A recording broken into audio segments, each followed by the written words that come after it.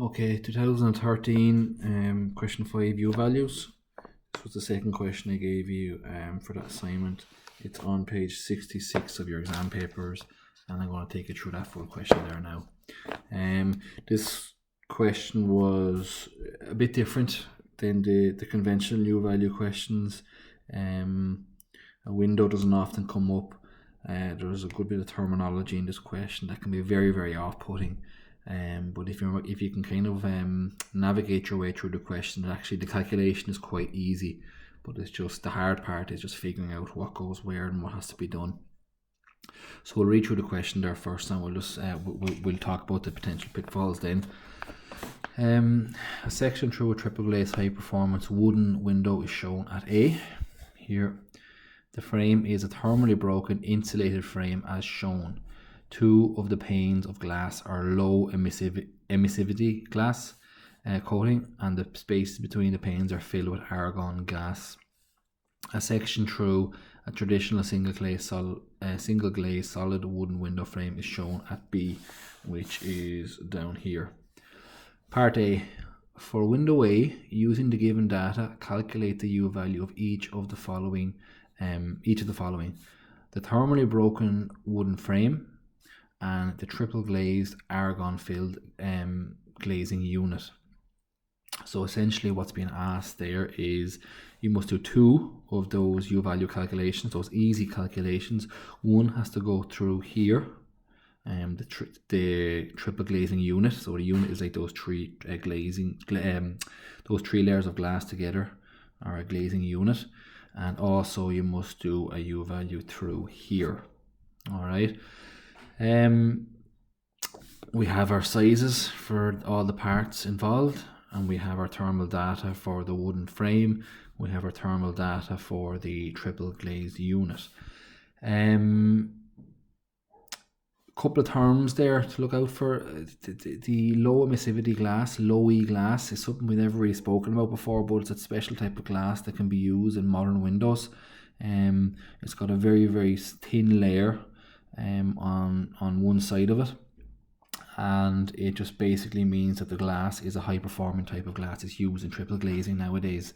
It improves the U value of the glass. It doesn't allow in as much infrared light or ultraviolet light. All you need to know is that it's a high performing type of glass. This question tells us that two of the panes are low E glass and one is normal glass, and that would be normally the case for a triple glazed unit. Outside and inside are low E glass, and they just use normal glass for the middle pane. It also says that the panes, the gaps between the panes are filled with argon gas. We have spoken about that a number of times. Argon gas is pumped in between panes of a triple glazed unit to help improve the insulation. It's like an insulator between those panes. Other than that, it's a matter of just figuring out what goes where. So basically, like I said, part A, you must do two calculations, one for this and one for this.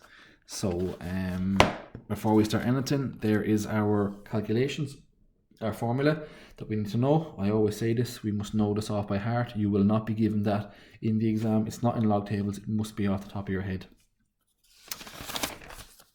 I am going to take the window frame first. I've done a little sketch of the window frame, what we're dealing with, so we know what layers to build up in our table. The window frame itself, it's got a wooden window frame. It's thermally broken with insulation in the middle, and it's also given to us a sketch of that in the question. We need to find the U value. This arrow here is drawn in the question, so it says you must calculate the U value for this path. I'll just show you that there. If you look closely there, they're a bit hard to see in the video, but if you look in your books, there's an arrow going across there. So that tells us we're calculating the U value for that path, not across here where the glass and the wood is. So the layers we're talking about are wood, insulation, and wood. Obviously, there's going to be your invisible external layer and your invisible internal layer. I often see students do this question and they only put in one layer of wood, but it's kind of like a cavity wall. There's wood on the left and there's wood on the right. That must be put in twice into your table. All right. So obviously what you would do that, well, I'll just count the layers up first. So we've got 1, 2, 3 layers only, plus your external surface plus your internal surface. So this calculation only has 5 layers. So once you figure out what's what, it's an easy calculation. That's what the table looks like. Like I said before, a load of times, do it in pencil in case you make a mistake. You should be able to do element, conductivity, resistivity, thickness, resistance, all of that straight away without thinking. You should be able to just get that down nice and quick. Having done your sketch, you can build up your layers. 1, 2, 3, 4, 5 layers. Internal surface, wood, insulation, wood, external surface. The question gives us the full resistance for the internal surface. The question gives us the full resistance for the external surface, and it's based all on conductivity here, so there's no actual resistivity. Conductivity of the wood, conductivity of insulation, conductivity of the wood. Our thicknesses are fairly straightforward, 0.030, 0.060 and 0.030. So it's just a matter then of going through those calculations. We have the thickness, we have the conductivity, so we're doing R equals T over K. So that's T divided by K. Okay, so in this case we've got 0.030, calculator there, 0.030 divided by 0.150, and that gives us 0.2. We have 0.060 divided by 0.021, and that gives us 2.857. Okay, and 0.030 divided by 0.150, exact same thing as up here, so we have 0.2. All right, so it's a case now of adding up all of these. So we have 1.400 plus 0.2 plus 2.857 plus 0.2 plus 0.950, and that gives a total resistance of 5.607. all right, the U value is 1 over total resistance, that is 1 over 5.607. Get our calculator, 1 divided by 5.607, that gives us a U value of 0.178. We'll go 3 decimal points there, watts per meter squared Kelvin. Alright, so as I said, that's the first calculation done. Once you figure out what needs to be done, it's a very, very simple calculation. The hard part is figuring out what's to be done.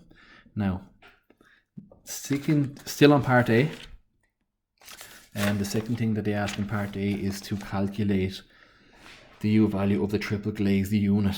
Alright, so I've done, I'll just cover it over for the moment. I've done a sketch of the triple glazed unit. Okay, so there's the first layer of glass. We've got a gap filled with argon gas. We've got the normal glass in the middle. We've another gap with argon gas, and we've another pane of glass. The outside and the inside, the question says, are low E glass. The question says 2 of the panes of glass are low E glass, so we assume it's the outside and the inside. It doesn't matter what really. We've got an external surface of air invisible on there, and an internal surface of air here. That means you've got 1, 2, 3, 4, 5, plus your internal and external surface. That's 7 layers we have in this case. Building up your table, that is what it should look like when you build it up. All of that information is given. The internal surface I've left out. The external surface is given to us as 0.075. The internal surface of the glass, resistance of internal surface 0.110 goes there. Now, another thing that kind of can be confusing or that you need to watch out for, I've got, so there's one layer of low E glass, there's a space, or argon gas space. We've got the normal glass, you've got your argon gas space, you have low E glass, and you have the external surface. If you were to look at the question, this is something that catches people out on this question also. the data for the triple glazed unit, if I go to the low E panes of glass, it says the total resistance of the low E panes of glass is 3.400. That means both of the panes of glass, the resistance of the two of those add up to 3.400. That means I don't need to do any calculations for those two panes of glass. Right? I do not put 3.400 in twice. Alright, that is an addition of both of those panes of glass. So I'm going to just get the first one and cross that out all together. And my low E panes of glass, it said 3.400. I don't even need this or this. Technically speaking, I didn't actually have to write in low E glass twice there. You could just write in the low E glass once. I just wrote in twice so you can see the layers built up. Alright, so at this point then we just have to get the details for the space, the glass and the space. Now, so it is, we've thickness and we've conductivity, so it's T over K, so it is 0.020 divided by 0.160. And that gives us 0.125.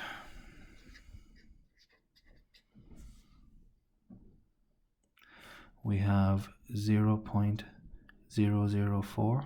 Watch out for that. That's 4 millimeters. 0.004 divided by 1.050, and that gives us 0.003, or 3 decimal points there.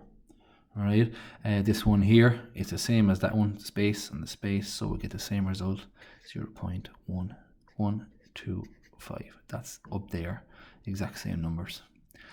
At that point, it's just a case of adding up all of our total resistances.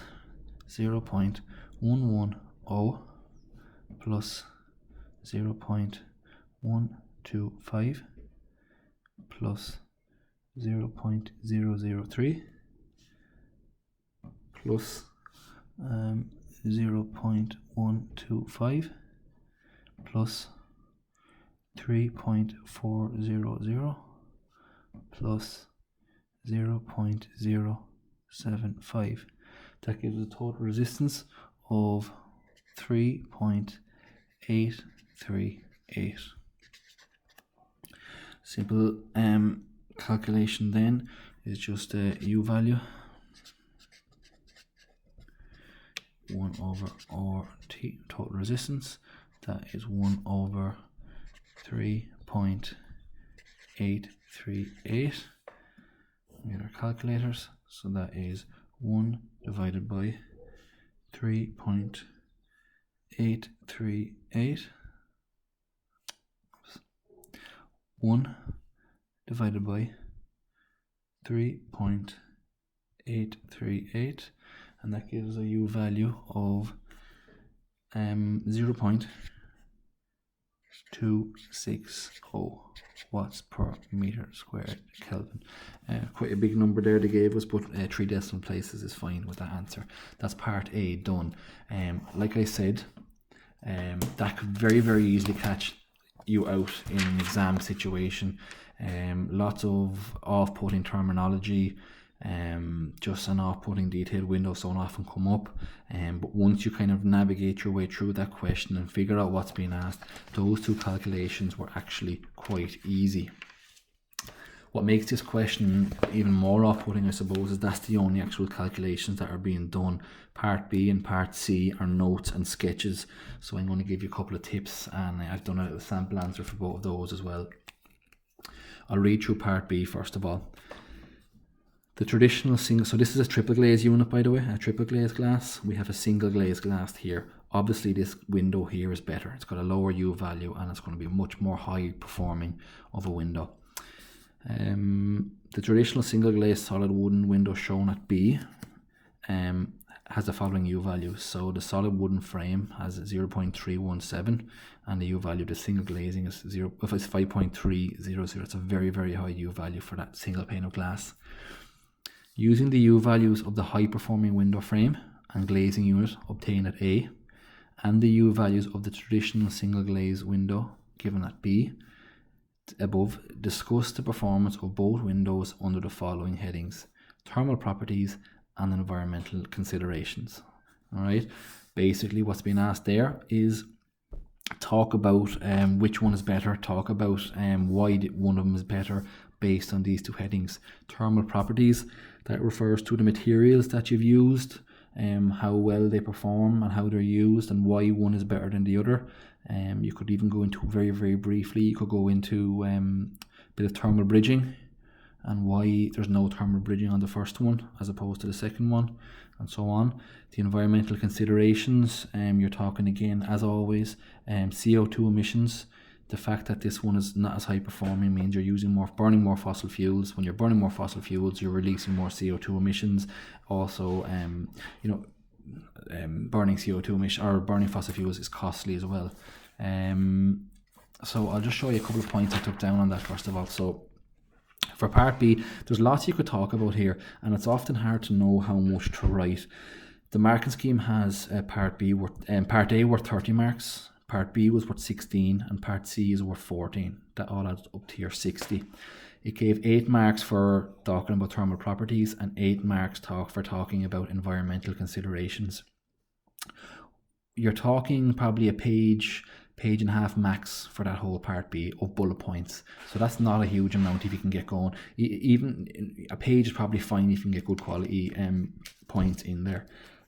There's lots you could talk about, and it's kind of as long as you can sort of explain and argue your point as to what you're saying, you can get marks. One person's full marks could be completely different to someone else's full marks. So it's very much you showing your knowledge, you showing your understanding and getting your information down on the page.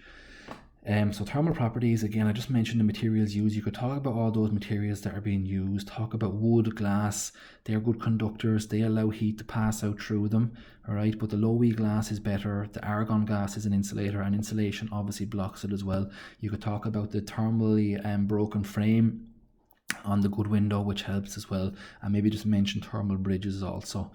The environmental considerations, you're talking about burning more fossil fuels, you're talking about using CO2 emissions, and you could even mention, if you wanted, the fact that wood is a sustainable material, and that's good for the environment to be using that in your window frame. That's an option as well, and I'm sure there's more you could think about as well yourself. I have a sample answer which I'll read through that I did, and we'll see what we think. First thing I did was I just wrote down the U values of the high performing window frame and the triple glazed unit, and the normal wooden frame and the single glazed unit. I'll read through what I wrote for thermal properties and bullet points. I wrote down a couple of bullet points, possibly wrote too much. I 1, 2, 3, 4, 5, 6 bullet points. I reckon if you can get 4 good bullet points there, you're going to get your marks. Some people sometimes like to draw up a table whereby one side you have the good window at A, the other side you have the good window at B, and you kind of do your comparison in a table, which is fine as well, as long as you get your information down. I've written here, the main materials used in manufacturing both of these windows are wood and glass. Both of these materials are good conductors of heat. This means that these materials are not broken by insulation of some form, then a thermal bridge is formed. So this means that if these materials are not broken by insulation of some form, then there's a thermal bridge is formed. Heat always wants to travel from a hot place to a cold place. With the lack of thermal mass at window B, it is very easy for this heat to escape. So the lack of thermal mass, that refers to the lack of insulation in B. Right? Thermal mass always refers to insulation. The mass refers to the amount. The fact that the U values for window B are significantly higher reinforces this point. So you can see there, I'm referring back to the question, you can see that they got much higher U values. That tells us that there's a lot of heat escaping through that one. The thermally broken frame, argon gas and triple glazing with 2 low E panes add to the thermal performance of window A. This is proven by the fact that it has much lower U values. Alright, so basically just explaining why window A is better than window B. Alright, you could put forward an argument that there's more material used to make these ones and they're more expensive.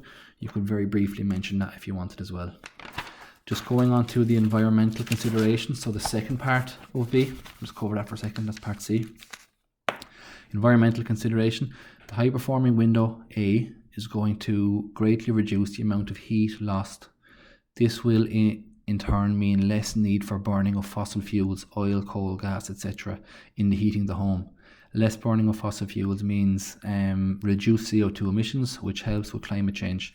High performing windows that are large in size increase natural light in the home, which maximizes solar gain. So again, you're bringing another term there, solar gain, which looks really good for the examiner. Again, remember those high performing windows, the low E panes, they help to trap the heat inside in the house. Wooden frame is a renewable source of material, which is if sourced locally, will have a lower carbon footprint as well. So there's 4 bullet points on your environmental considerations. All right. Now, just part C, again, more notes and sketch work it asked for. On that. No. So part C, I'll just have a quick read of it there first of all. Using notes and freehand sketches, show the design detailing of a window which is fixed in a 350 millimeter concrete wall with an insulated cavity to ensure minimum heat loss. Note, show design details at the window head only. So you're simply asked just to sketch the detail of the top of a window with a cavity wall, a high performing window with no thermal bridges. If you know your details for question 1, you should fly through this part as well. 14 marks, there were 7 marks for notes and 7 marks for sketches. If you can just produce a sketch like that, external leaf, internal leaf, your lintels here, plenty of insulation. If you want to do a full fill cavity insulation there, you could. You have your DPC running down through there. It doesn't say what type of a window to draw, but it does say a window that has minimized heat loss. So I've just drawn a thermally broken frame, a triple glazed window, and your notes are basically just labeling all the parts. I've done a bit of air tightness tape there as well to help reduce heat loss. I've just written here high levels of insulation to ensure minimum heat loss, thermally broken window frame, triple glazed window, argon gas between panes, low E glass used, air tightness tape prevents air leakages. That sketch there is a simple window head with minimum heat loss. As I said, with that question, it's a bit different than other U-value questions. Very, very off-putting, but if broken down, if understood, a very, very manageable question.